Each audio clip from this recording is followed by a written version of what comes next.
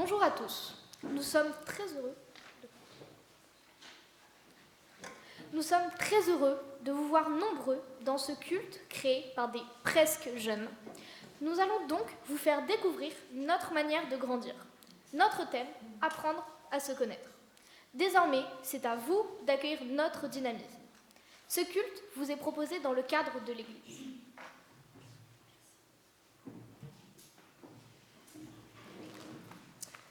Pour entrer dans ce temps de culte, en faisant suite à ce qu'a dit Lana, je vous invite à écouter cette histoire. Dans un village isolé, un pasteur fait passer l'information qu'il a une déclaration urgente et importante à donner à ses paroissiens. Il leur donne rendez-vous à 16h30 dans le temple. À l'heure dite, ils sont tous venus pour entendre ce que le pasteur a à leur dire. Les hommes et les femmes ont quitté leur travail plus tôt.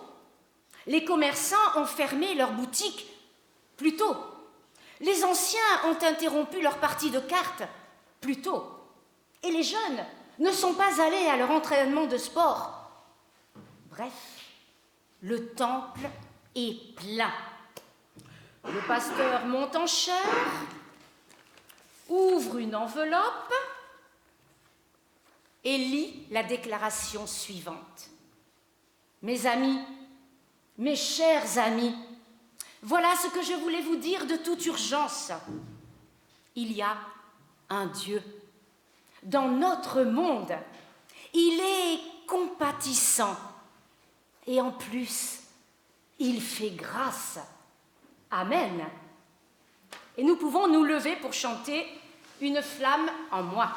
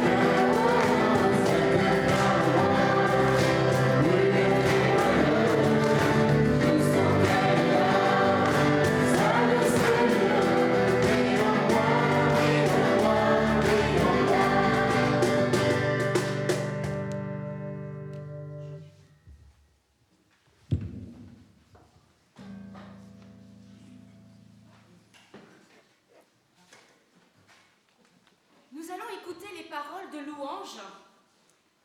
Je tiens à préciser qu'elles ont été préparées par Louisa et Emma, qui sont nos 2 jeunes années diaconales allemandes.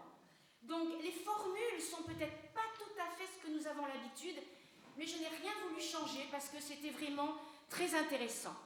Donc Julien va déjà lire sur un post-it ce que les uns ou les autres ont noté, et après Lana.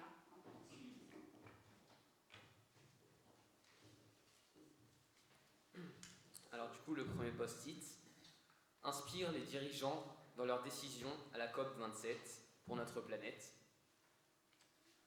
Merci pour cette année à Champignon.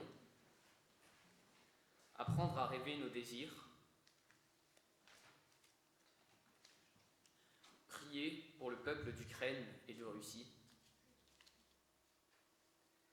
Merci Dieu pour chaque nouveau jour qui se lève et chaque nouvelle possibilité qui s'offre ainsi à nous. Merci de nous réchauffer quand l'énergie vient à nous manquer. Prière pour la paix dans le monde. Loué sois-tu, Éternel, pour cette jeunesse engagée et active dans ton Église.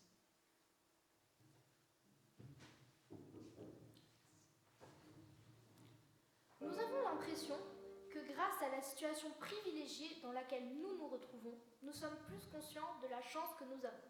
Alors, on aimerait bien prononcer notre reconnaissance face à quelques conditions qui semblent peut-être normales pour nous, mais qui toutefois, en effet, ne le sont pas. Merci Dieu pour ce que tu nous donnes, qu'on puisse manger à notre faim, qu'on puisse vivre dans un pays en paix. Merci pour le fait que tout le monde ici puisse avoir la chance de venir au culte, d'avoir une bonne santé qui nous permet d'être présents. Merci pour notre famille, nos amis et les gens en qui on peut avoir confiance.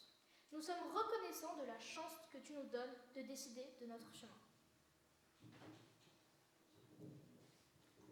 Nous sommes reconnaissants que tu nous donnes les pierres avec lesquelles nous pouvons construire notre chemin de vie. Nous sommes reconnaissants pour ta présence. Malgré qu'il y a peut-être des gens parmi nous qui ne t'ont pas trouvé, avec ta présence tout le temps, tu leur donnes l'opportunité de créer une relation profonde et réconfortante. Dieu, merci pour ta charité, ta grâce et ton amour. Merci pour la chance d'expérimenter la vie avec tous nos sens. Amen. Amen.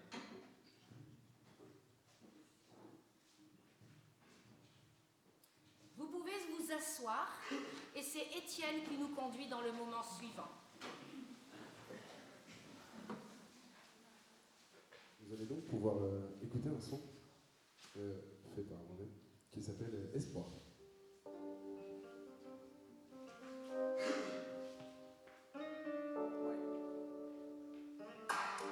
J'espère, oui, j'espère,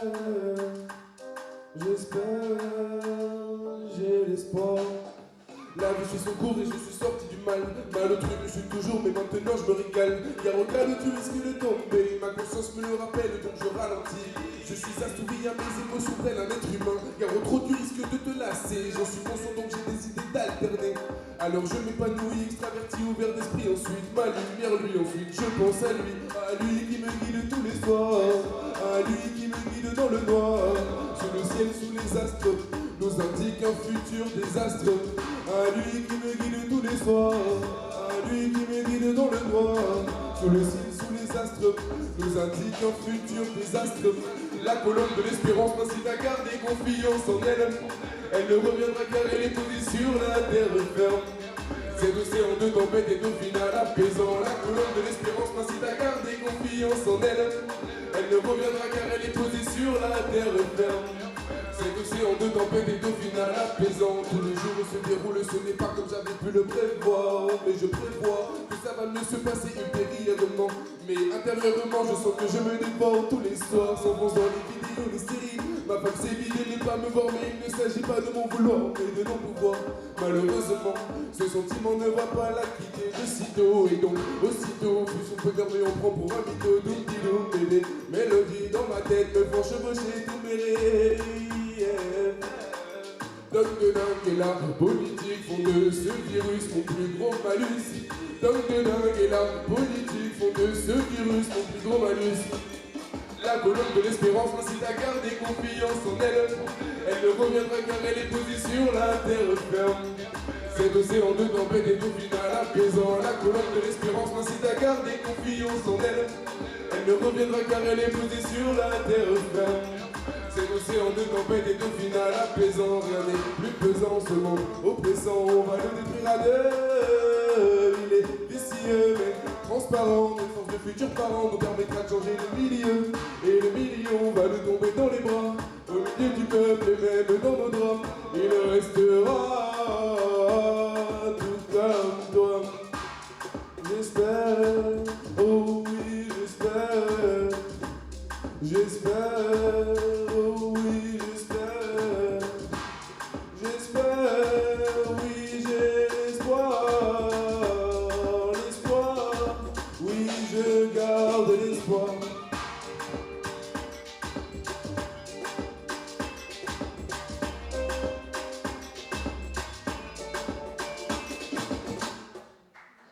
Merci d'avoir écouté cette chose.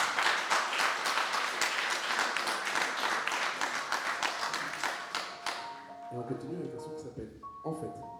E-N espace F-A-I-T.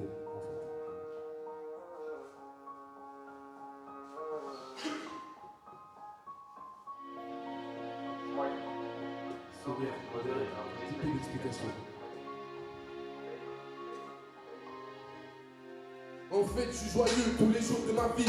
Ou alors il y a genre 2 heures où vas-y, mon esprit va pas super bien, mais dans la totalité, ma journée est trop positive. Mais c'est une conclusion hâtive. C'est juste que je mène une vie normale avec un mode de vie facile pour ne pas être dans le mal. Mais mon échelle de réel bonheur n'est plus banale, car elle ne sait plus se fier en morale.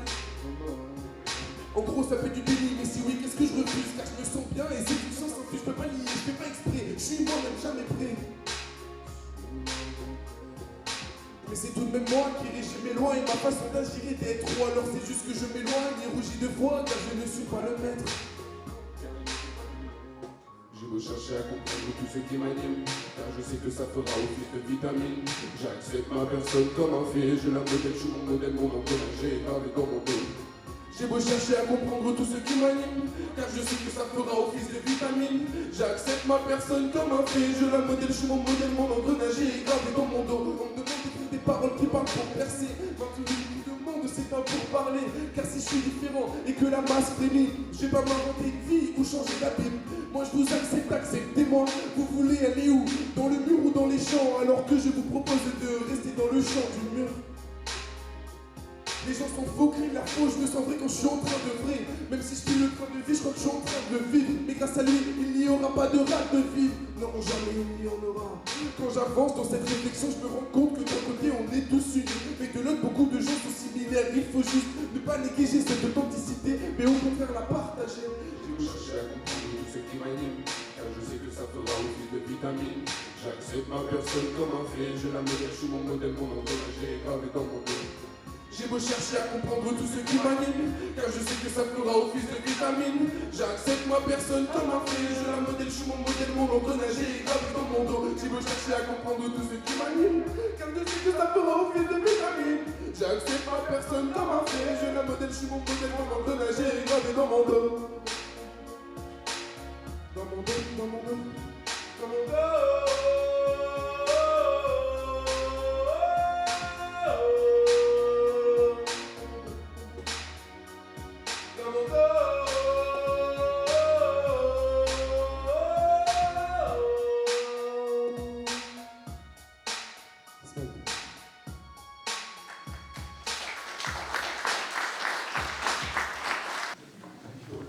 Étienne a parlé un langage un peu rapide. En fait, il veut dire que d'abord, c'est lui qui a composé les textes et les musiques, et vous pouvez le consulter en streaming. Alors, pour ceux qui ne savent pas ce que c'est que le streaming, à la fin du culte, vous pourrez lui demander, il vous expliquera ce que c'est que le streaming. Pierrigue et Héloïse vont nous mener maintenant dans le moment de parole de pardon et de repentance. Nous sommes d'abord pardonnés par Dieu, donc les paroles de pardon sont en premier, et c'est eux qui les ont aussi faites.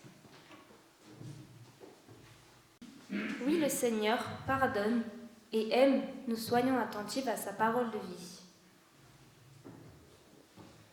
Malgré des actions pas toujours très belles, Dieu nous aimera toujours, car nous faisons partie de ses enfants. Il nous enverra ses messagers afin que nous puissions faire le choix de revenir vers lui et nous accueillons toujours. Qui que nous soyons, Dieu nous acceptera toujours dans son cœur. Pardon, Dieu, tu nous as appris à pardonner, ce n'est pas facile tous les jours, mais tu nous as montré chaque jour comment faire par ton exemple. Alors pour nous, ce concept est impossible à concevoir, mais tu es amour et tu nous y aides si nous te le demandons toujours. C'est bien compliqué pour nous de nous dire que nous avons tant de mal à pardonner aux autres, notamment ceux qui nous ont fait. Tu le vois bien dans nos cœurs, même quand nous le voulons sincèrement, nous devons déployer tous nos efforts à ça, et ne pas laisser l'offense altérer notre relation avec l'autre. Toi, tu le sais, nous sommes toujours amenés à toi. tu veux nous accueillir tout autant que nous sommes à la même place dans ton amour. Amen. Amen.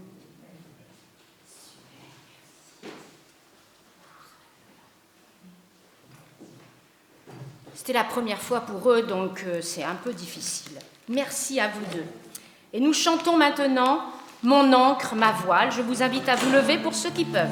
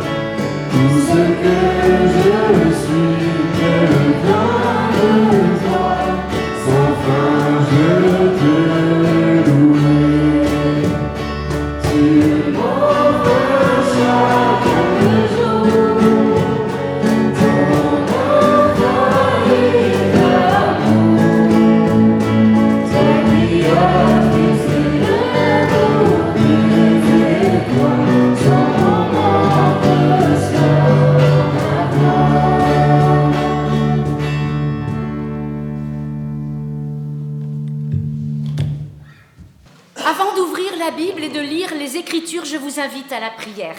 Prions. Seigneur Jésus, pas facile de prendre le temps de lire la Bible. Pas facile d'en comprendre l'enseignement que tu nous donnes. Pas facile de le mettre en œuvre dans la vie de tous les jours, et ce, quel que soit notre âge. Alors oui, nous avons besoin de toi, de ton souffle, pour le recevoir en nous, et chacun de nous le ressentira à sa manière. Merci de nous donner, Seigneur, maintenant envie d'ouvrir nos oreilles, nos cœurs, notre esprit, pour accueillir ta parole de vie à partir des textes bibliques que nous allons écouter. Amen. Le premier texte sera lu par Philippe dans Lévitique, chapitre 19, versets 17 à 18.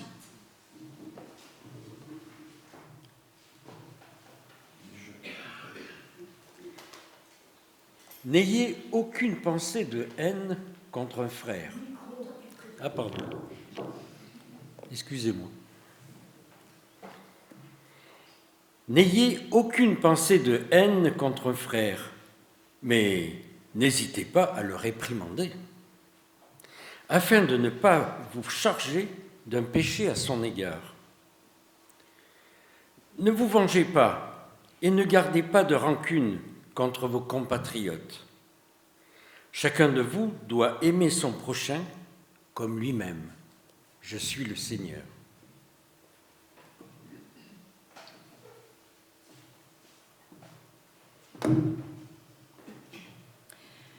Le deuxième texte, figurez-vous qu'il a été choisi par les jeunes.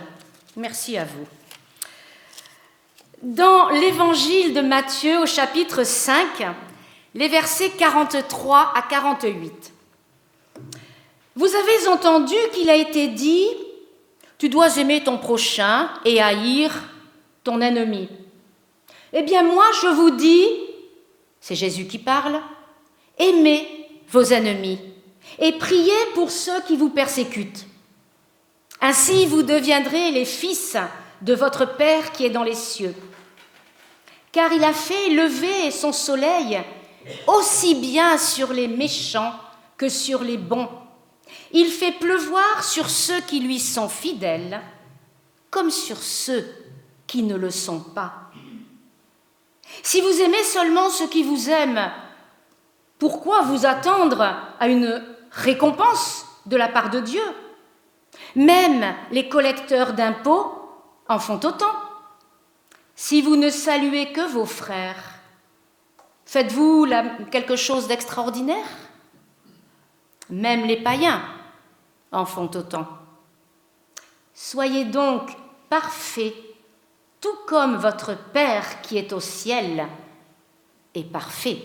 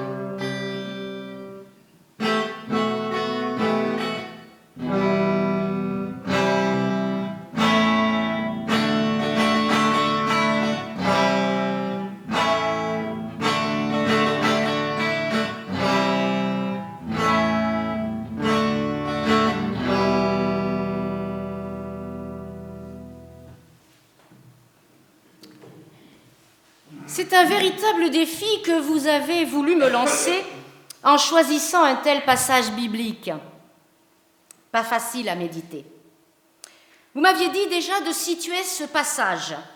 Alors ce passage dans l'évangile de Matthieu se trouve dans le long chapitre 5 où il y a 48 versets et il va insister sur plusieurs enseignements. Jésus.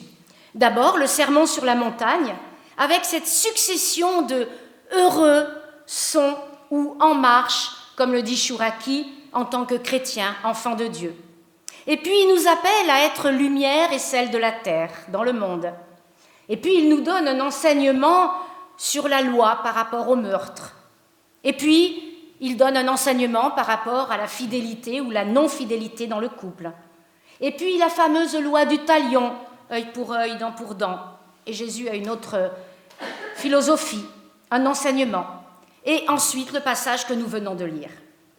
Alors Jésus démarre fort par ce rappel qu'il fait à la foule et aux disciples en leur disant « Vous avez entendu qu'il a été dit « Tu aimeras ton prochain comme toi-même et tu haïras ton ennemi. » Vlan, ça, c'est dit. Qu'en faisons-nous? Car spontanément, face à quelqu'un qui nous fait du mal ou qui nous veut du mal, ou qui fait du mal à quelqu'un que nous aimons, quelle est notre réaction instinctive? Peut-être le désir de vengeance selon le degré? Ou du moins, de manière moins expéditive, une colère, une rage, des sentiments bien légitimes à accueillir, à écouter, à entendre et à prendre au sérieux. Et les aumôniers en prison pourraient vous le dire. Et d'ailleurs, est-ce que tout ce qui est écrit dans la Bible serait vérité, venant de témoins, de prophètes appelés par Dieu à son service? Non, nous disent ceux qui ont étudié les textes bibliques. Il semble que ce commandement, je le mets entre guillemets, vous avez entendu qu'il a été dit « tu aimeras ton prochain comme toi-même et tu haïras ton ennemi », ce que Matthieu a rajouté, selon sa compréhension et ses mots à lui. Car vous avez entendu dans ce que Philippe vous a lu que dans le Lévitique, qui est un livre de l'Ancien Testament, écrit bien longtemps avant l'arrivée de Jésus, il est dit « Je suis le Seigneur, tu ne détesteras pas ton frère, dans ton cœur, tu aimeras ton prochain comme toi-même. » Mais cette formulation de Matthieu pourrait peut-être être celle de tout un chacun, car comment accepter d'aimer et de prier pour son ennemi? Et Jésus oppose à cette affirmation la sienne. « Moi, je vous dis, dit Jésus, aimez vos ennemis et priez pour ceux qui vous persécutent. » Cela nous invite peut-être à définir pour chacun de nous qui serait notre ennemi, que veut dire pour moi haïr. Le micro-baladeur, il est où? Héloïse. Au cours de la prédication, les jeunes vont intervenir, donc je vérifie le micro.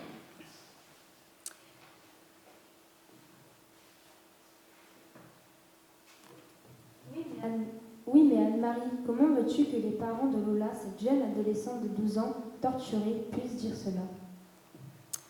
Eh oui, Héloïse, tu as raison.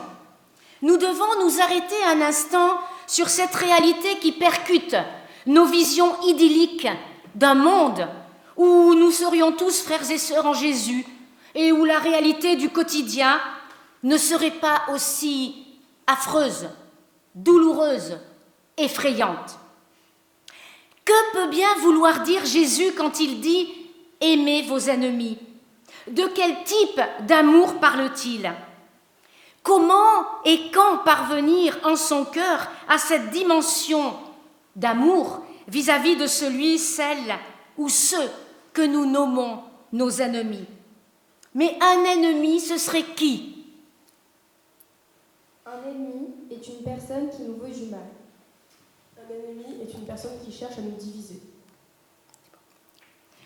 Et oui, un ennemi, c'est en effet celui ou celle qui porte atteinte à notre intégrité, à notre moi, en nos cœurs, à ce que nous sommes intrinsèquement. Celui ou celle qui nous fait souffrir dans notre cœur et dans notre conscience, notre âme, par rapport à ce que nous vivons, en lien avec ce que nous croyons. Comme Jésus a souffert sur la croix, quand il a été condamné, flagellé, cloué, moqué par les soldats. Ou comme cette dame que nous connaissons avec Philippe à Méruès, dont toute une partie de sa famille a été tuée dans le temple, lors des cultes, en Centrafrique, à Bangui. Ou Winnie, cette étudiante en théologie dont 2 de ses frères ont été tués par des rebelles au Burundi. Ou encore cette jeune fille de 20 ans qui était partie en voyage humanitaire il y a quelques mois et qui a été tuée par des rebelles. Combien d'exemples ici et au loin nous viennent à l'esprit? Alors qu'est-ce que Jésus nous demande? Jésus nous demande d'aimer son prochain, quelle que soit notre relation avec lui, voir l'humanité et le monde avec amour. Il nous demande de pardonner, de prôner la non-violence. Martin Luther King a dit « Les ténèbres ne peuvent pas chasser les ténèbres.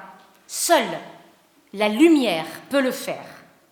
La haine ne peut pas chasser la haine. Seul l'amour peut le faire. » Et l'auteur des versets lus tout à l'heure rapporte les paroles de Jésus et dit ceci. « Dieu fait lever le soleil aussi bien sur les méchants que sur les bons.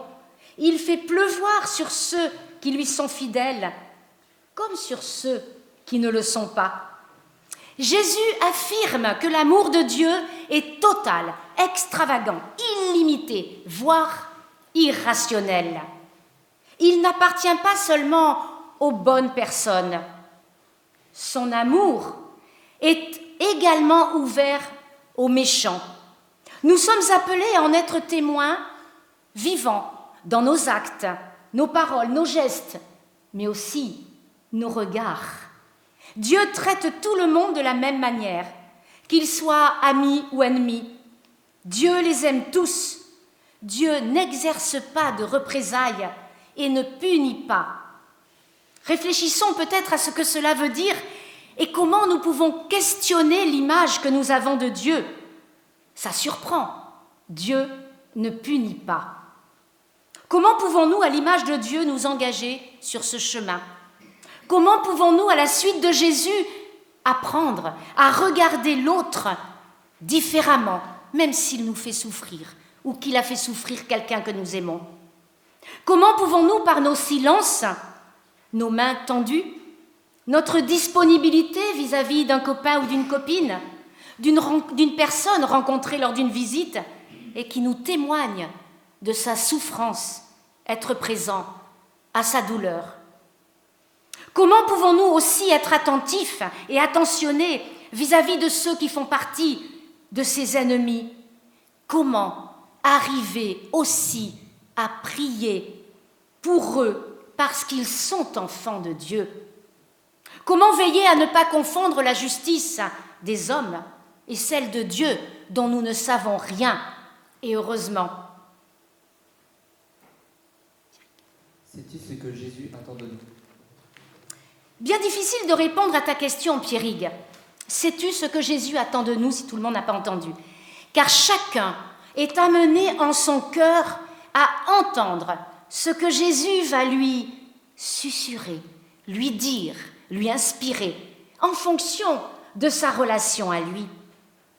Jésus, dans les versets lus tout à l'heure, dit ceci: « Soyez parfaits, comme votre Père qui est au ciel est parfait. » Alors me direz-vous, quelle exigence énorme, avec laquelle il nous est bien difficile, je vous rassure, quel que soit notre âge, de cheminer. Nous avons heureusement toute la vie pour apprendre à mettre en application cette exhortation de Jésus. Et nous ne sommes pas seuls. Les événements de la vie, les personnes que nous côtoyons, les amis et les ennemis que nous croisons, la lecture de la Bible, les cultes, la prière, les chants, la musique, les activités jeunesse, le dialogue entre les uns et les autres nous permettent d'avancer sur ce chemin. Jésus nous appelle à une transformation. Est-ce que cela nous choque? Nous en avons le droit, car c'est le sens profond des paroles de repentance qui sont dites dans les temps de culte. Nous ne sommes pas Dieu et nous ne sommes pas Jésus. Et nous pouvons accepter qu'il nous faille du temps, de la prière, de la lecture de la Bible, des amis, pour en discuter, pour confronter nos idées. Car aimer ses ennemis et prier pour ceux qui nous persécutent ne se fait pas d'un claquement de doigts. Alors pour s'engager sur ce chemin, nous pouvons aussi apprendre à nous aimer et à nous pardonner à nous-mêmes. Et c'est souvent un défi le plus difficile à relever. Nous savons que Dieu, lui, pardonne à chacune et à chacun, quels que soient nos actes. Il est vrai qu'aimer ceux qui sont nos amis, fastoche. Mais faire ce travail spirituel de compassion, de pardon, d'acceptation vis-à-vis de celui qui nous porte tort, qui nous fait du mal, cela devient plus difficile. Ne restons pas seuls. Dans vos réflexions, lorsque vous en avez parlé en groupe de jeunes, vous avez soulevé la question du respect. Respecter Dieu, ça a une autre traduction aussi dans certaines versions de la Bible, c'est le craindre. Craindre Dieu, ce n'est pas en avoir peur, bien au contraire. C'est écouter avec respect ce qu'il nous commande, aimer vos ennemis et prier pour ceux qui vous persécutent. Nous avons des exemples peut-être dans vos entourages aux uns et aux autres. Et j'ai voulu vous faire part de ce témoignage d'Antoine Leiris, dont l'épouse Hélène était au Bataclan il y a 7 ans et elle y a perdu la vie. Il a écrit ce magnifique livre « Vous n'aurez pas ma haine ». Et voilà ce qu'il dit. Je pense que nous devons faire l'effort de choisir le chemin le plus complexe, le plus long, le plus dur, celui de la raison, celui du pardon. Fin de la citation. Alors chacun à notre place, en fonction des événements de la vie, des talents qui nous sont donnés, des épreuves qui sont traversées, des forces qui sont données et renouvelées par Dieu jour après jour, des frères et sœurs qui nous épaulent, nous pouvons être ces témoins de générosité, de compassion, de pardon et d'amour inconditionnel. Apprenons ensemble à aimer comme Jésus nous y exhorte. Soyons sel et lumière du monde en se réjouissant d'être appelés à son service, ici, maintenant et dans le monde. Amen.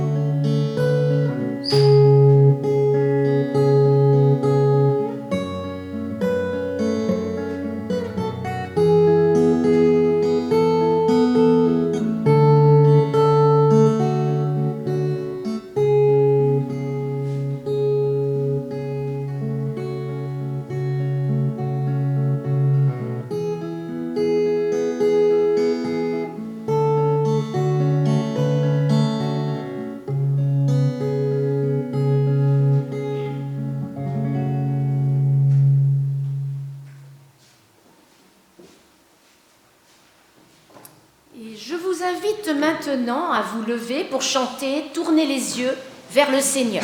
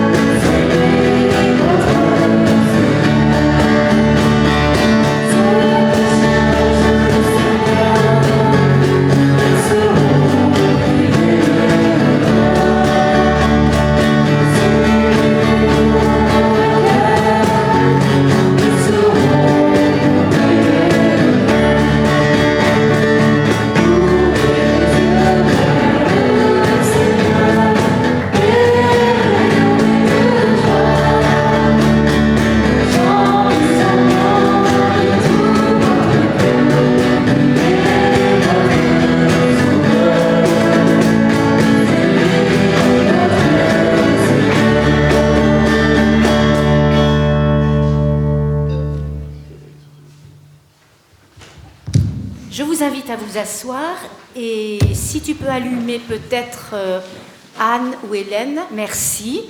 On est un peu dans la pénombre. Nous allons entrer dans le temps de Sainte-Seine et j'invite Étienne, Rave et Clara à venir avec moi ici.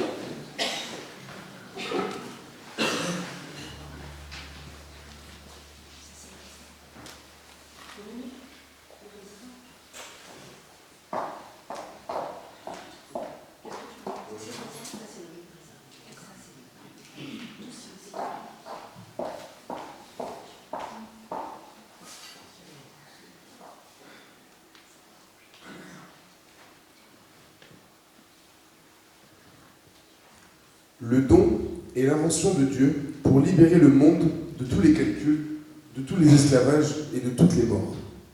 Loué sois-tu, Père, pour cela. Le don, c'est l'intervention de Dieu pour cet acte libérateur réalisé au travers de son Fils Jésus-Christ, né, baptisé, tenté, transfiguré, condamné, crucifié, ressuscité d'entre les morts, élevé dans la gloire. Le don, c'est l'acte d'amour de Dieu qui nous permet, par son souffle de vie et l'esprit d'adoption, d'apprendre à te dire Père, toi qui exorcises nos peurs et illumines notre voie. Le don de Dieu ressuscite l'espoir d'une vie possible dans une fraternité vraie, d'une responsabilité acceptée pour ensemble te louer.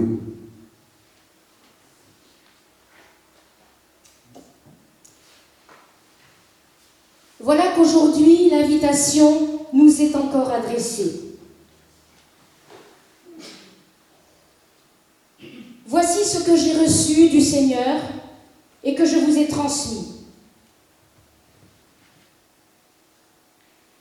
La nuit où il fut livré, il prit du pain et après avoir rendu grâce, il le rompit et il dit « Ceci est mon corps, qui est pour vous, faites cela en mémoire de moi. » Il fit de même pour la coupe, en disant « Cette coupe est la nouvelle alliance en mon sang. Faites cela toutes les fois que vous en boirez en mémoire de moi. Car toutes les fois que vous mangez de ce pain et que vous buvez de cette coupe, vous annoncez la mort du Seigneur jusqu'à ce qu'il vienne. »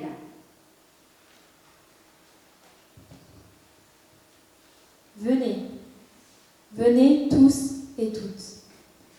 Venez célébrer le repas du Seigneur. Faisons tous ensemble un grand pain et préparons beaucoup de vin comme aux noces de Cana.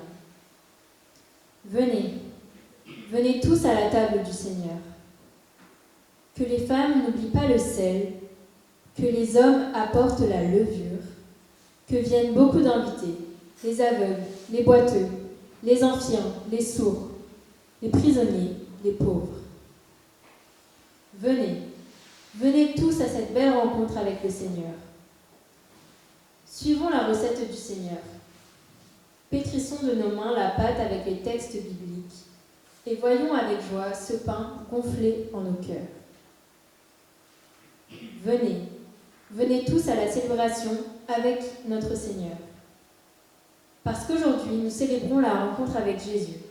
Aujourd'hui, nous renouvelons notre engagement au service du royaume où personne n'aura plus jamais faim. Et nous te confions tout particulièrement les personnes auxquelles nous pensons en nos cœurs. Et notamment nos amis Bernard et Françoise Tiercelin, ainsi que leur fils Jean Sana et les équipes médicales qui prennent soin de lui. Nous voulons aussi, en ce 13 novembre, te confier toutes les victimes des attentats en 2015, ainsi que leurs proches. Venez, ensemble, à toute voix, unissons toutes nos intentions de prière dans celles enseignées par Jésus lui-même. Notre Père, qui es aux cieux, que ton nom soit sanctifié, que ton règne vienne, que ta volonté soit faite sur la terre comme au ciel. Donne-nous aujourd'hui notre pain de ce jour.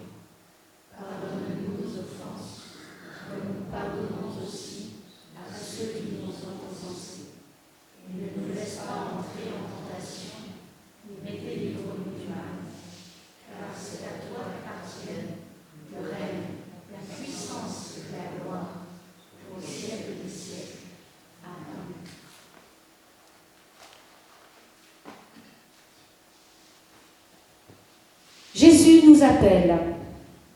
Allons. Jésus dit à tout cœur chargé, suis-moi, tu seras déchargé. Dans la maison de Dieu, mon Père, tout est prévu pour chacune et chacun de vous, mes frères, mes sœurs, dit Jésus. Jésus nous appelle. Le Père nous invite et c'est lui qui préside cette table. Le Père nous donne à manger et à boire à tous. Il prend le pain et après avoir rendu grâce, il dit « Venez, mangez en communion au corps de Jésus le Christ. » Il prit la coupe et il dit « Venez, buvez en communion au sang de notre Seigneur Jésus-Christ. » Et nous sommes donc tous invités, jeunes et moins jeunes, à venir. Alors, Solo m'a donné des consignes très précises. Interdit de passer devant la caméra. Donc, vous venez, vous vous mettez, voilà, comme ça, c'est ça. Hein? Ici, vous venez jusqu'à Étienne, à peu près, ou à la chaire. N'hésitez pas, venez. Vous êtes tous invités.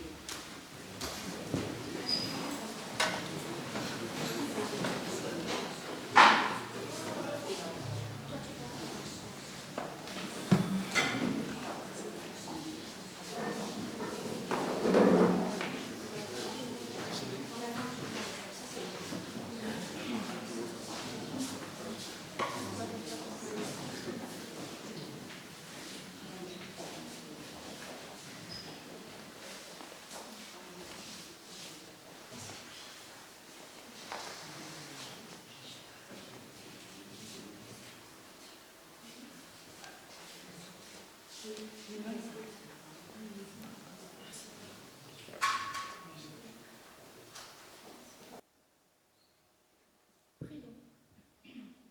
Merci Père pour ce partage au corps et au sang de ton Fils, Jésus, devenu le Christ. Nous devenons en quête de silence. Silence, joie. Silence, paix. Silence, justice. Silence qui fait sourire et danser ce que nous côtoyons. Ce partage nous invite à engagement et vie en toi et par toi, à la prise de conscience de la communauté chrétienne, ici et au loin, à avoir communié ensemble pour poursuivre la mission que tu nous confies. Nous te rendons grâce pour ces forces que tu nous renouvelles en nous chaque fois. Merci Seigneur d'être notre boussole dans ce monde-là. Amen. Allons dans la paix du Seigneur et nous pouvons regagner nos places.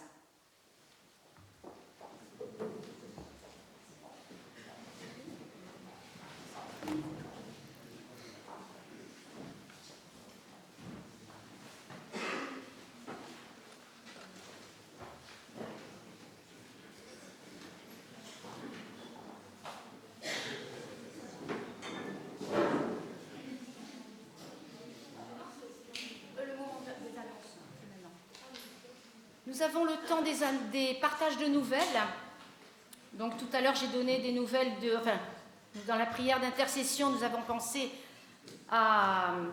au fils de Bernard et Françoise Tiercelin. Je ne sais pas si tout le monde est au courant qu'il a eu un très très grave accident de trottinette il y a un mois, qu'il est hospitalisé et qu'ils sont très très inquiets pour lui. Je ne sais pas s'il y a d'autres nouvelles à partager. Denise, alors on va essayer de condenser parce que Solo a une durée de film. Au micro peut-être. Nous avons été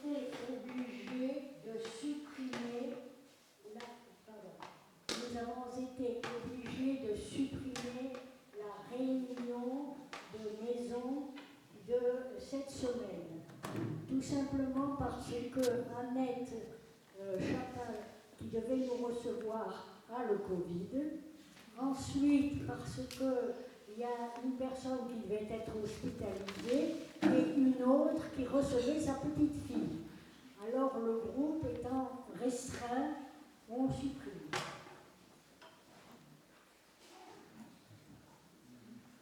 Bon, je voulais, au nom du conseil de secteur, remercier Anne-Marie Borne pour sa venue ici avec le groupe de jeunes. La communauté de la Margelle se réjouit d'avoir un culte autrement ce dimanche et la présence en plus de Marie-Geneviève Zaroukian qui dira peut-être quelques mots. Sur les annonces, sur la feuille d'annonce, je vous rappelle des choses importantes. Le synode régional qui se réunit le 18, 19 et 20 novembre à Uzès. Les dialogues de Maguelone le lundi 21 novembre à 18h30 avec Ariane Chemin, grand reporter, sur la liberté de la presse. Réunion du Cercle Évangile et Liberté, classique. Le marché de Noël à Maguelone le samedi 26 novembre avec une loterie et plusieurs comptoirs très achalandés. On nous y attend tous, bien sûr. En plus, la communauté de la Margelle, qui a ses habitués fidèles, demande à tous de remplir un petit papier à la sortie du culte pour regarder un peu les travaux, lister les travaux et les réparations ou le remplacement de mobilier qui vous semblerait indispensable. J'ajoute un mot pour Loulou Champé, qui est hospitalisé au CHU de Montpellier, au service de pneumologie. Il a été très très malade, il va un peu mieux et il reste sous traitement. Notre aumônière Corinna Thomas va le voir régulièrement, ainsi que des membres du groupe de visite.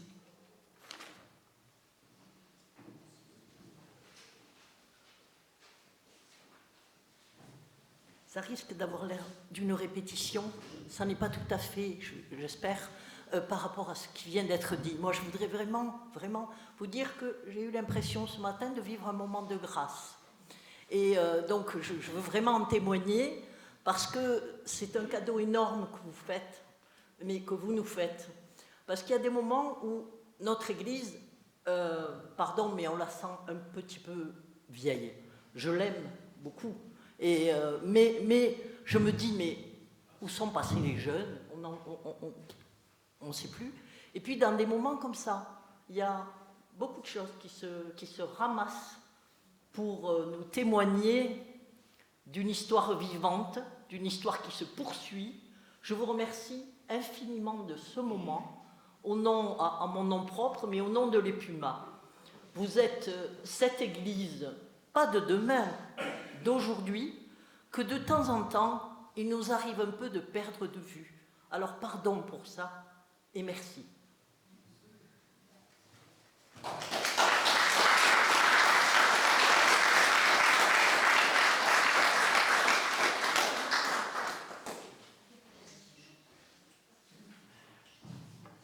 Alors, nous allons chanter... Ah, pardon. Encore une annonce à faire. Pour la 4, on distribue les lettres du mois aujourd'hui, qui sont pour les Ouïghours de Chine, très très persécutés par le gouvernement chinois. Donc c'est une lettre adressée à notre ministre qui s'occupe de l'étranger. Et les Croix de l'Avent, qui traitent de 3 cas qui sont, vous savez, des prières qu'on vous demande chaque dimanche de l'Avent, qui donc je vais commencer après, enfin au premier dimanche de l'Avent. On devrait les plus jours, mais voilà. Et les prières, ça traverse les frontières, les prisons, et ça résiste aux gens qui s'y opposent. Donc il faut vraiment prier sans se décourager et envoyer les lettres aussi, parce qu'elles sont très efficaces. Voilà, on le distribuera à la sortie.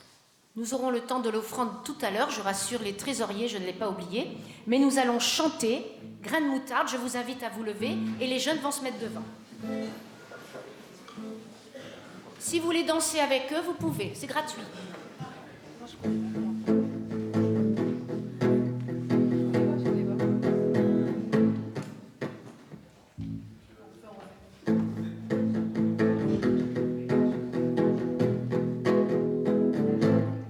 Si tu as de la foi, comme petit grain de moutarde, si par le Seigneur. Si tu as de la foi, comme petit grain de moutarde, ainsi par le Seigneur.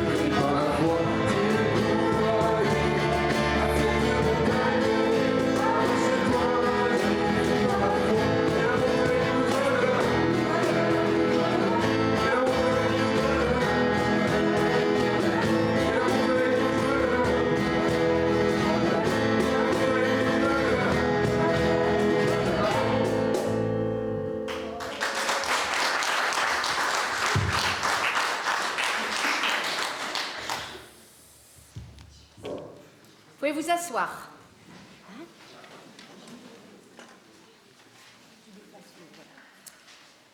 Pour ceux qui me connaissent, je n'aime pas que l'offrande arrive comme ça, j'aime bien l'introduire. Et là, j'ai trouvé intéressant de vous donner lecture d'un texte, figurez-vous, qui a été écrit par les pères de l'Église. Il s'appelle Éphrem, dit le Syrien. Il est né dans les années 300. C'est pas aujourd'hui, hein. Oh là là. Et pourtant, écoutons ce qu'il dit. Le Christ est jardinier de l'arbre humanité. Il cueille chaque jour des fruits, nous tous, pour les offrir. Des fruits de toute taille. Quelques-uns sont bien mûrs, d'autres sont encore verts. Mais voici le prodige, les fleurs et les boutons, les fruits petits et grands sont une offrande à Dieu. Le Christ la lui présente. Alors j'ajoute à notre tour, dans la joie, offrons notre offrande utile pour que la mission de l'Église dont Geneviève a parlé puisse se poursuivre ici et au loin. Et Étienne va aussi chanter pendant ce temps d'offrande.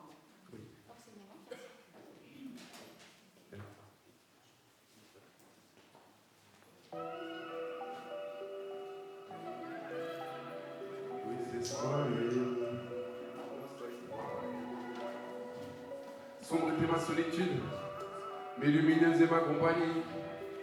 Sombre était ma solitude, mais plus que joyeuse est ma vie. Sombre était ma solitude, mais lumineuse est ma compagnie. Sombre était ma solitude, mais plus que joyeuse est ma vie. J'aimerais partager ma joie à tous ceux qui m'entourent, leur faire comprendre que dans ce monde il n'y a pas de vautours. Et tout à coup, tour à tour, voir des sourires sur ses lèvres. Et c'est comme ça que les combats s'évaporent. Arrêtez de chercher le rapport sexuel et de se comparer pour au final se séparer. Un instant précis t'apportera le tour de ta vie. Si tu persistes à expliquer que le tout sort de ta vie, je suis un peu sanguin, même nerveux. Mais chacun ses défauts, choisis bien tes amis, tu verras que ce ne sont pas des faux. Je croyais même que de mes sentiments je m'étais défait, jusqu'à ce que je ressente des effets de fait. La lueur d'espoir qui me retenait était sur le point de s'éteindre. Mais tout le noir s'évapora lorsque j'ai cessé de m'en plaindre. Sombre était ma solitude, mais lumineuse est ma compagnie. Sombre était ma solitude, et plus que joyeuse est ma vie. Sombre était ma solitude, mais lumineuse est ma compagnie. Sombre était ma solitude, mais plus que joyeuse est ma vie. C'est le tourment de mon âme, invisible jusque-là, que je veux vous décrire. Ressemblant s'en sortir, car il est hors de question que je m'en sorte seul. Je serai avec vous, même entouré de l'insaisissable pour vous porter un seul regard. Avec du recul, vous pourriez observer le crépuscule comme le début de la nuit, et non pas la fin du jour. Car cette lumière lui, alors que vos pensées vous nuisent, mais la journée d'aujourd'hui vous empêchera de vos valises. Et je me canalise, car si je vous crache mon bonheur à la gueule, vous allez tous sombrer. Mais maintenant j'analyse, et si je vous cache le malheur, c'est pour pouvoir respirer. Car c'est la seule force qui vous guidera, et à force c'est vous qui me guiderez. Car mon sourire il est modéré, et c'est réel.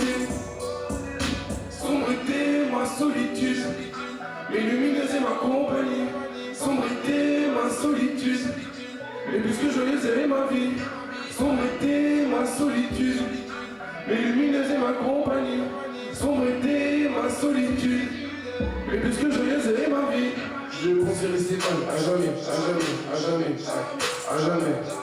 Mais là je suis heureux pour toujours, pour toujours, pour toujours, pour toujours. Gardez cette douleur à jamais, à jamais, à jamais, à jamais. Et on m'a soulagé pour toujours, pour toujours, pour toujours, pour toujours. Gardez ce beau sourire à jamais, à jamais, à jamais, à jamais. Et il est plus que réel pour toujours, pour toujours, pour toujours, pour toujours. Je sais qu'il faut le modérer à jamais, à jamais, à jamais, à jamais. Ma compagnie l'illuminera pour toujours, pour toujours, pour toujours, pour toujours.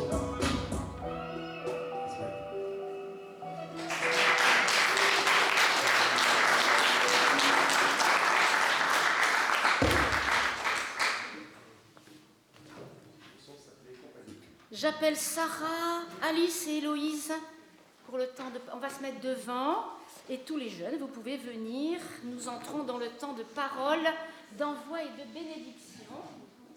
Donc vous venez tous, le micro-baladeur. Et si elle dit de venir avec nous, micro-baladeur.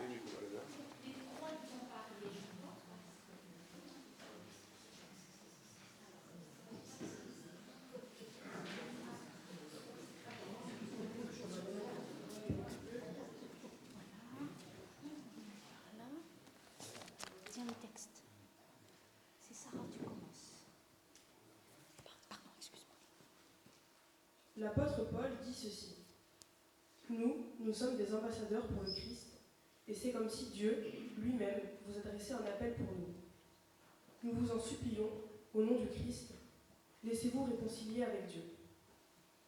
Dieu, tout d'abord, vous remercie tous d'être venus en ce jour, d'être tous réunis en ce jour.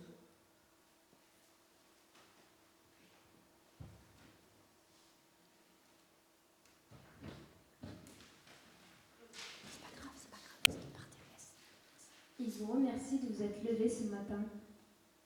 Il vous bénit d'avoir eu la foi, de besoin de venir avec vos parents, ou tout seul, d'avoir eu envie d'assister au culte.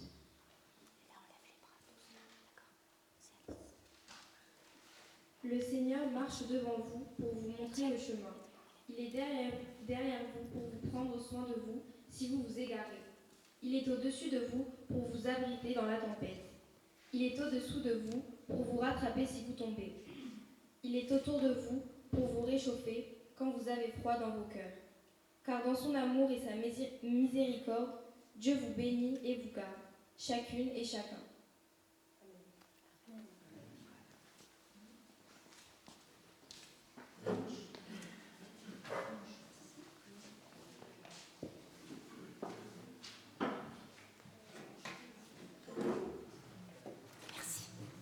Et nous chantons « Rien ne pourra nous séparer de l'amour de Dieu » et pour ceux qui veulent, nous pouvons nous lever.